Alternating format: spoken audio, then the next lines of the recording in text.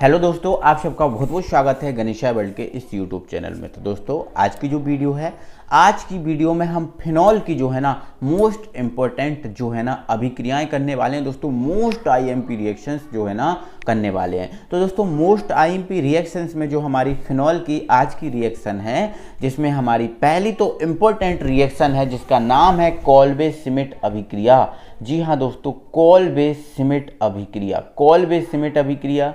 दूसरी जो दोस्तों हमारी इम्पोर्टेंट जो अभिक्रिया है, रिएक्शन है, वो है हमारी युग्मन अभिक्रिया। कौन सी अभिक्रिया? युग्मन अभिक्रिया। और जो तीसरी हमारी महा इम्पोर्टेंट जो रिएक्शन है वो है ऑक्सीकरण अभिक्रिया। मतलब ये जो क्वेश्चन जो पूछा जाता है आपसे, ये पूछा जाता है कि शुद्ध फिनॉल रंगहीन ठोस होता है परंतु कुछ समय पश्चात वह गुलाबी रंग का हो जाता है, क्यों? तो दोस्तों ये जो है ना आज की हमारी अभिक्रियाएं हैं, इनको बहुत अच्छे से मस्त तरीके से कंप्लीट करेंगे एक एक कॉन्सेप्ट को समझते हुए। तो दोस्तों स्टार्ट करते हैं। और इससे पहले दोस्तों आपने चैनल को सब्सक्राइब नहीं किया तो जल्दी से चैनल को सब्सक्राइब कर लो, ठीक है? और वीडियो अच्छा लगे ना मेरे भाई तो वीडियो को लाइक करना बिल्कुल भी ना भूलना, ठीक है? तो दोस्तों हमारी पहली रिएक्शन कौन सी है? हमारी कॉल्वे श्मिट अभिक्रिया। कौन सी रिएक्शन मेरे भाई? कॉल्वे श्मिट अभिक्रिया। तो मेरे भाई ये कॉल्वे श्मिट अभिक्रिया होती क्या है, इसमें करते क्या है? तो दोस्तों कॉल्वे श्मिट अभिक्रिया में हम क्या करते हैं, सोडियम फिनॉक्साइड जो होता है, क्या होता है मेरे भाई? Sodium phenoxide. अब ये सर सोडियम फिनॉक्साइड क्या होता है?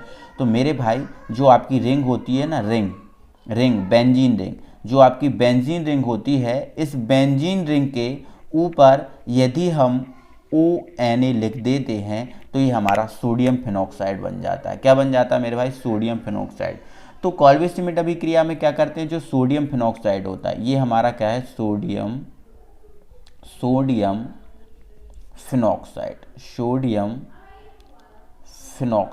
ये जो आपका सोडियम फिनॉक्साइड होता है, इस सोडियम फिनॉक्साइड को हम CO2 के साथ, किसके साथ मेरे भाई? CO2 के साथ, CO2 के साथ 227 डिग्री सेल्सियस ताप, 227 डिग्री सेल्सियस ताप और उच्च दाब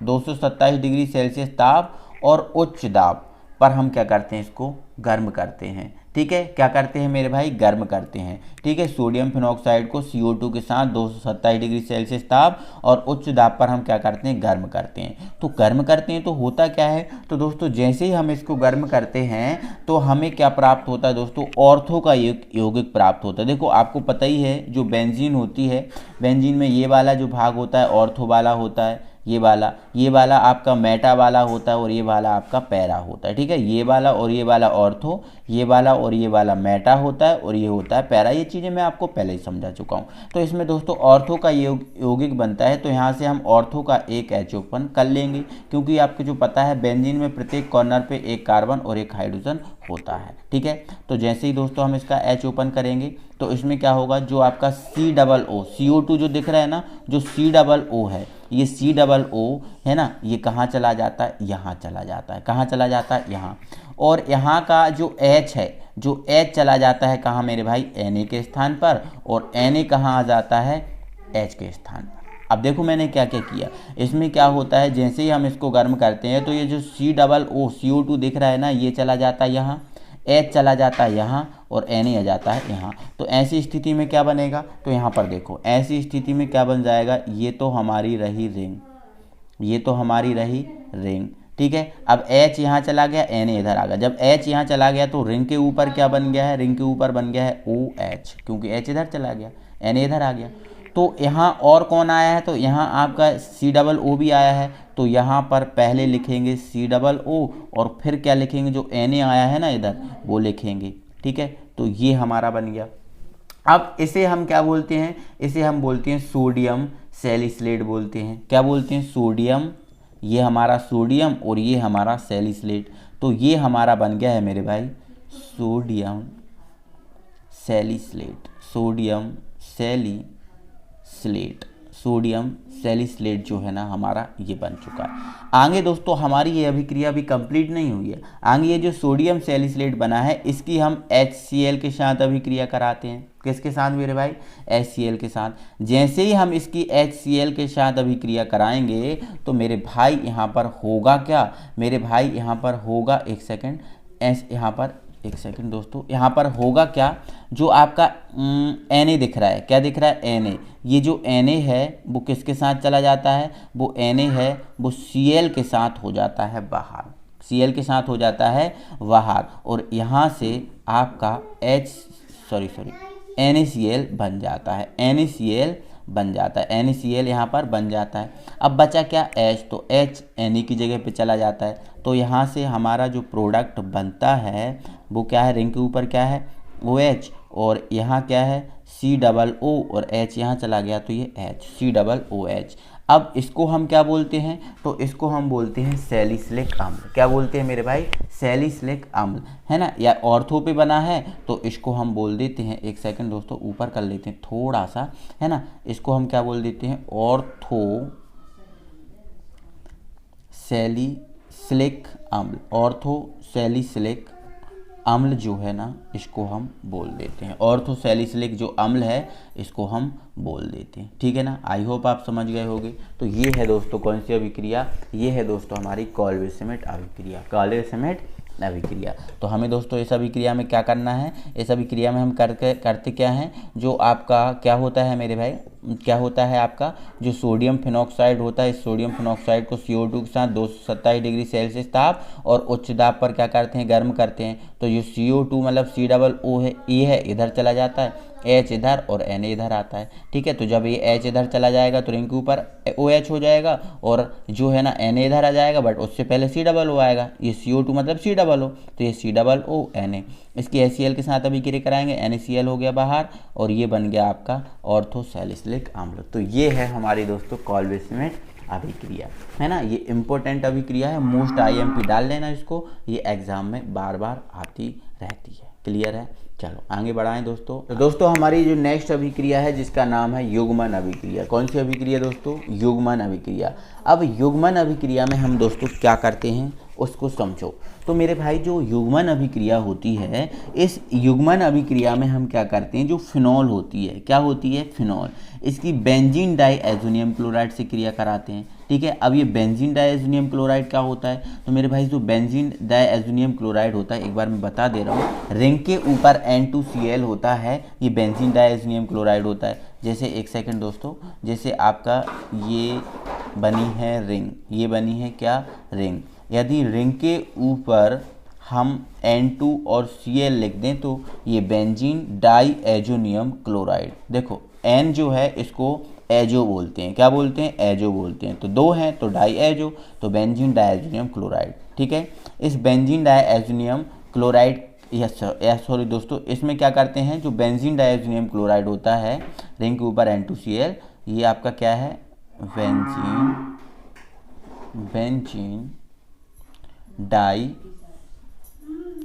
डाइएज़ोनियम, बेंजीन डाइएज़ोनियम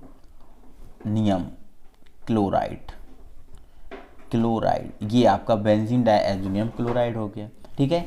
इसकी हम दोस्तों किसके साथ अभिक्रिया कराते हैं? फिनॉल के साथ अभिक्रिया कराते हैं। या फिर हम ऐसा बोल सकते हैं कि जो फिनॉल होता है, क्या होता है? फिनॉल होता है, इस फिनॉल की इस बेंजीन डाइएज़ोनियम क्लोराइड के साथ अभिक्रिया कराते हैं।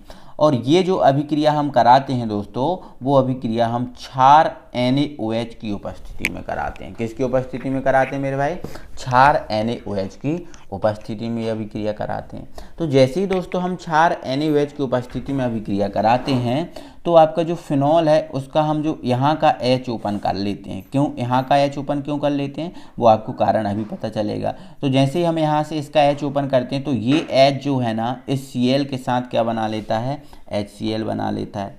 तो ये जो है ना हमारा बन गया है HCl, है ना। तो इसकी हम क्षार NaOH के साथ अभिक्रिया कराते हैं तो ये हमारा क्या बन गया मेरे भाई? HCl बन गया।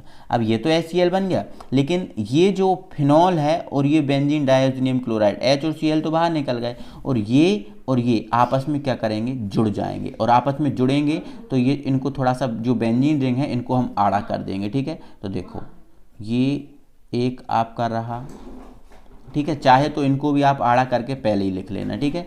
तो इसमें क्या है, देखो ये हमने लिख दिया एक, इसके ऊपर क्या बचा केवल N2, तो ये लिख दिया हमने N2, ठीक है ना। चलो कोई दिक्कत है। अब इससे कौन जुड़ गया, ये जुड़ गया, तो ये कहाँ से जुड़ेगा, यहाँ से, क्योंकि यहाँ से बाहर निकला है ना, तो यहाँ से जुड़ेगा। देखो यहाँ से बाहर निकलता तो यहाँ से जुड़ता, और यहाँ से बाहर निकला तो यहाँ से, ठीक है। तो HCl बाहर हो गया, और ये रिंग के ऊपर N2 ये लिख दिया आड़ा करके, और इसको हम भी आड़ा करके लिख देंगे, और इसको हम जोड़ देंगे, ठीक है। ये हम जोड़ देंगे, और यहाँ पर क्या है, OH है, क्या है, OH है।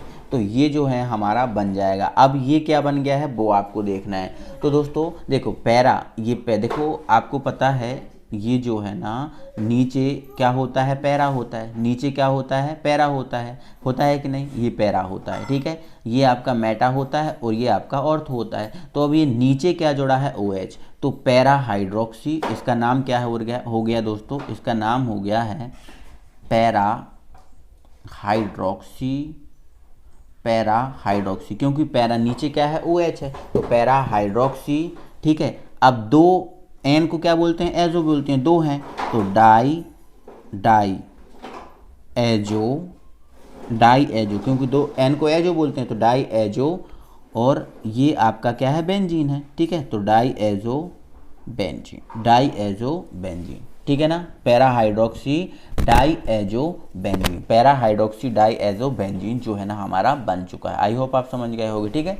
चाहो तो आप इनको ऐसे नहीं लिखना चाहते हो, तो आप इनको क्या करते हो, इनको आड़ी रिंग कर सकते हो, ठीक है ना। तो ध्यान रखना है कि इसमें आपको क्या करना है, इसमें हम क्या करते हैं कि जो फिनॉल होता है, फिनॉल को बेंजीन डाइएज़ोनियम क्लोराइड के साथ क्षार NaOH की उपस्थिति में अभिक्रिया कराते हैं, या फिर फिनॉल की क्षार NaOH की उपस्थिति में बेंजीन डाइएज़ोनियम क्लोराइड से अभिक्रिया कराते हैं, ठीक है। जिससे हमें क्या प्राप्त होता है, पैरा हाइड्रोक्सी डाइएज़ोबेंजीन प्राप्त होता है। इस अभिक्रिया को हम कौन सी अभिक्रिया कहते हैं मेरे भाई, युग्मन अभिक्रिया कहते हैं, ठीक है। तो ऐसे हमें करना, तो थोड़ा सा दोस्तों ये कठिन रिएक्शन भी इनको हम कह सकते हैं। आपको देखो वैसे मैं समझा तो रहा हूँ आपको पूरा करके कि कैसे क्या बना, कैसे क्या हुआ, ठीक है, समझा तो रहा हूँ, बाकी फिर भी आपको यहाँ पर याद रखनी पड़ेगी थोड़े से अच्छे तरीके से, ठीक है ना।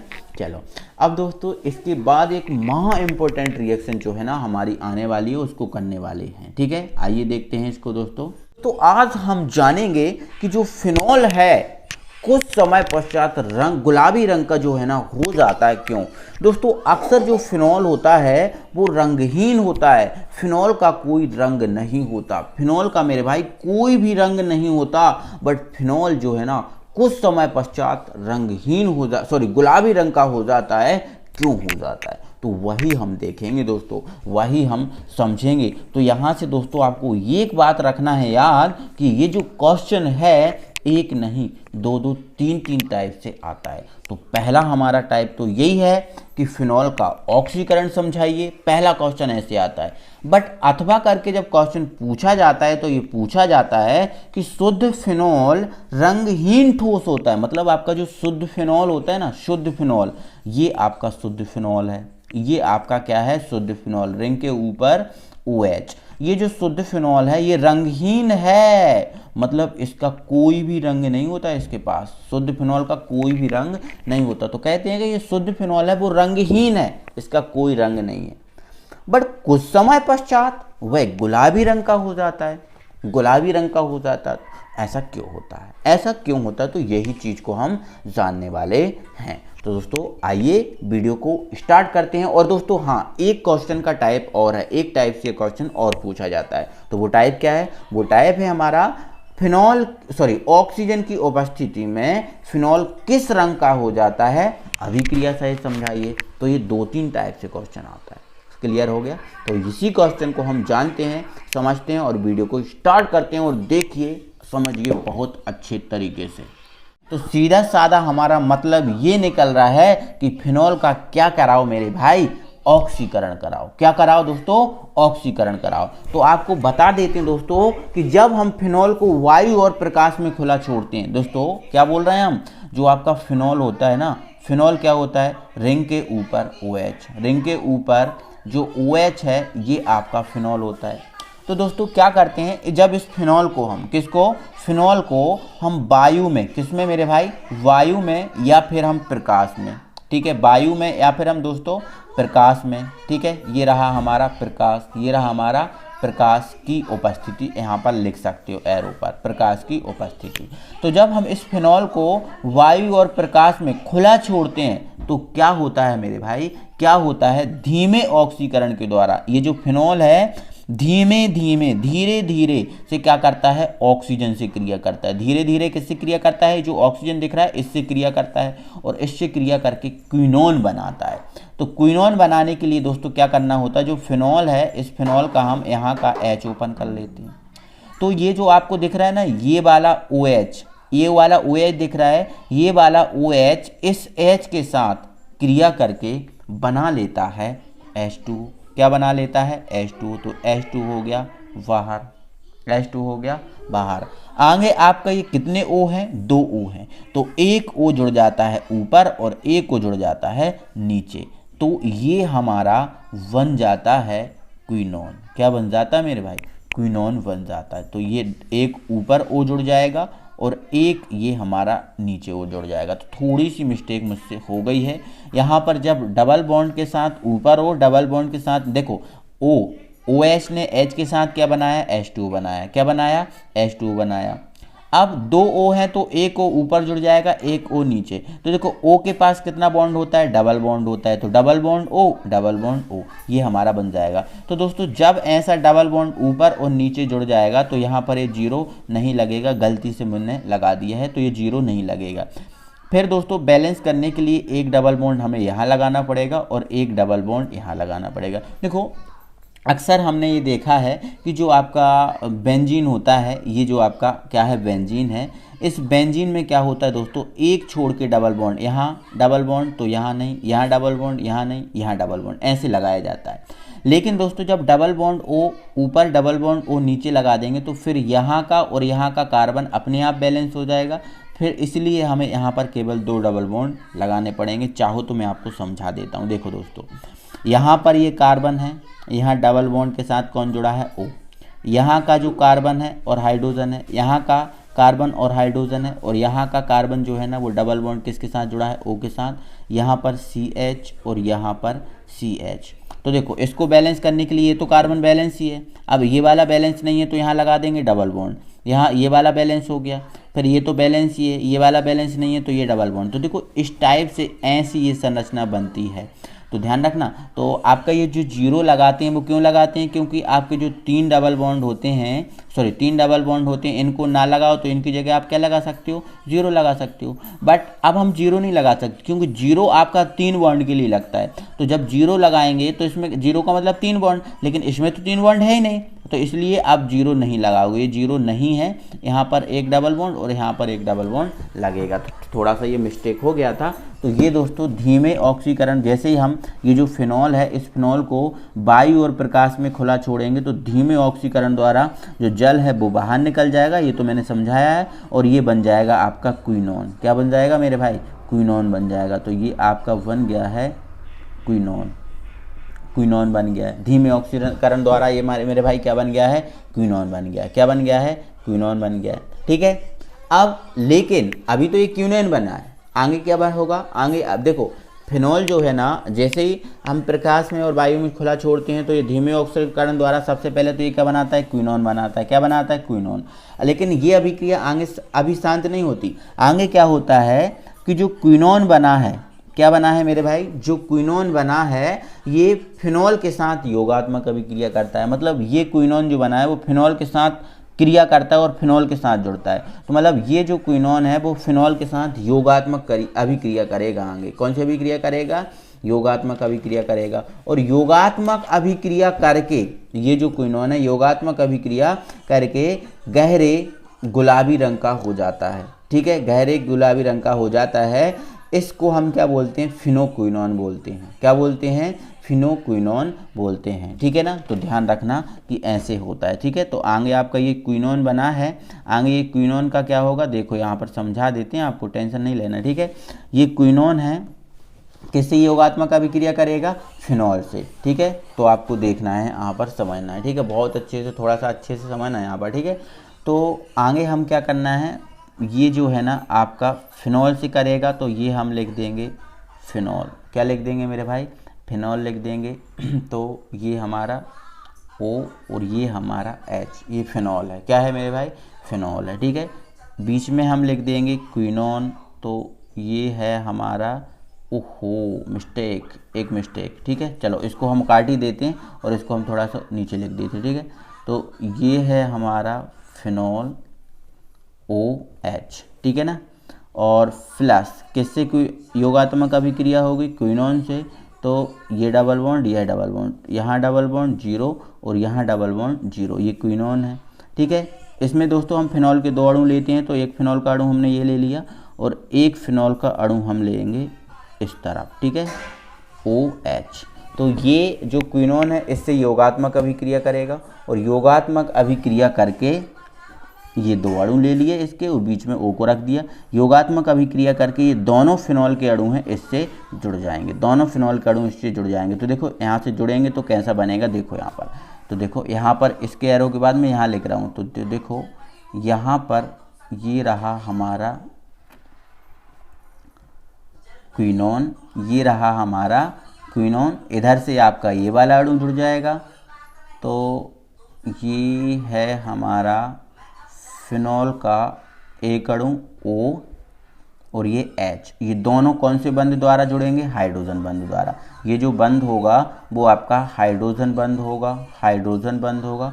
एक अणु यहाँ से जुड़ गया इससे और एक अणु यहाँ से जुड़ जाएगा, तो ये आपका HO और यहाँ पर ये फिनॉल का दूसरा अणु। ये जो हमारा यहाँ पर भी दोस्तों कौन सा बंध होगा? हाइड्रोजन बंध होगा। थोड़ा सा इसको हम ऊपर करते हैं। ठीक है, थोड़ा सा इसको ऊपर करते हैं। ठीक है, एक सेकेंड, थोड़ा सा इसको छोटा कर लेते हैं। ठीक है, हाँ एक सेकेंड, हाँ तो देखो ये भी हाइड्रोजन बंध होगा और ये हमारा जो बना है ये टोटल, जिसको हम बोलेंगे फिनोक्विनोन, फिनोक्विनोन हम इसको बोलेंगे। और फिनोक्विनोन में क्या होता है दोस्तों? ये जो फिनोक्विनोन होता है इसमें क्या होता है? इसमें क्या होता है? फिनॉल के 2 अणु क्विनोन के एक अणु के साथ हाइड्रोजन बंध द्वारा जुड़े होते हैं। देखो फिनॉल के 2 अणु हाइड्रोजन के एक अणु के साथ क्विनोन 2 हाइड्रोजन बंध द्वारा जुड़े होते हैं। एक बार हम अच्छे से एक बार फिर से समझा रहे हैं। तो इसमें हम दोस्तों करते क्या हैं, जैसे ही हम फिनॉल को वायु और प्रकाश में खुला छोड़ते हैं तो ये धीमे ऑक्सीकरण द्वारा क्या बनाता है? क्विनोन बनाता है। ठीक है, H2 बाहर निकल जाता है।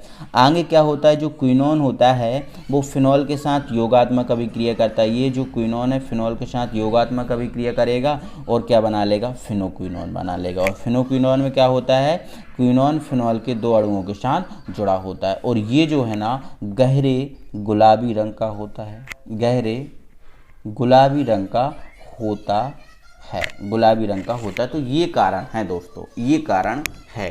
क्लियर है? तो क्या समझा हमने? तो जैसे ही हम दोस्तों फिनॉल को वायु और प्रकाश में खुला छोड़ते हैं तो धीमे ऑक्सीजन द्वारा पहले क्या बनाता है? क्विनोन बना लेता है। क्या बना लेता है? क्विनोन। फिर ये फिनॉल से क्रिया करके क्या बना लेता है? फिनोक्विनोन, जो गुलाबी रंग का होता है। तो ये अभिक्रिया, तो ये 3 अभिक्रियाएं आई होप आप समझ गए होंगे, दिक्कत नहीं होगी। ठीक है, तो क्लियर है दोस्तों।